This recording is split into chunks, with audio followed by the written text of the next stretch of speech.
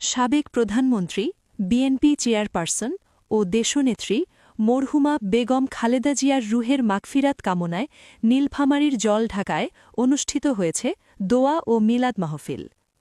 জলঢাকা উপজেলা বিএনপি ও পৌর বিএনপির উদ্যোগে পবিত্র আল কোরআন তেলাওয়াত, মিলাদ ও দোয়ার আয়োজন করা হয়।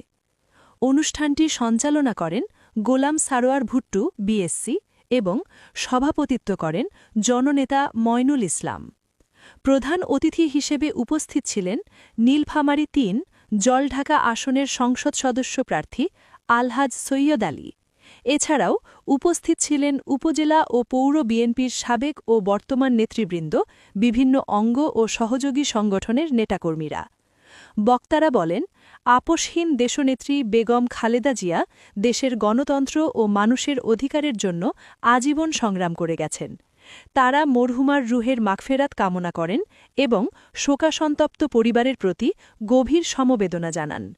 সমাপনী বক্তব্যে সভাপতি জননেতা ময়নুল ইসলাম বলেন, বেগম খালেদা জিয়া কোনো অন্যায়ের সঙ্গে আপোষ করেননি। তিনি ছিলেন মানবতার প্রতীক ও দেশের মমতাময়ী মা। আজ তার রুহের মাগফেরাত কামনায় আমরা সবাই একত্রিত হয়েছি। তিনি আরও বলেন, আসন্ন নির্বাচনে নীলফামারী ৩ আসনে আলহাজ সৈয়দ আলীকে বিজয়ী করতে সবাইকে ঐক্যবদ্ধভাবে ধানের শীষের পক্ষে কাজ করতে হবে।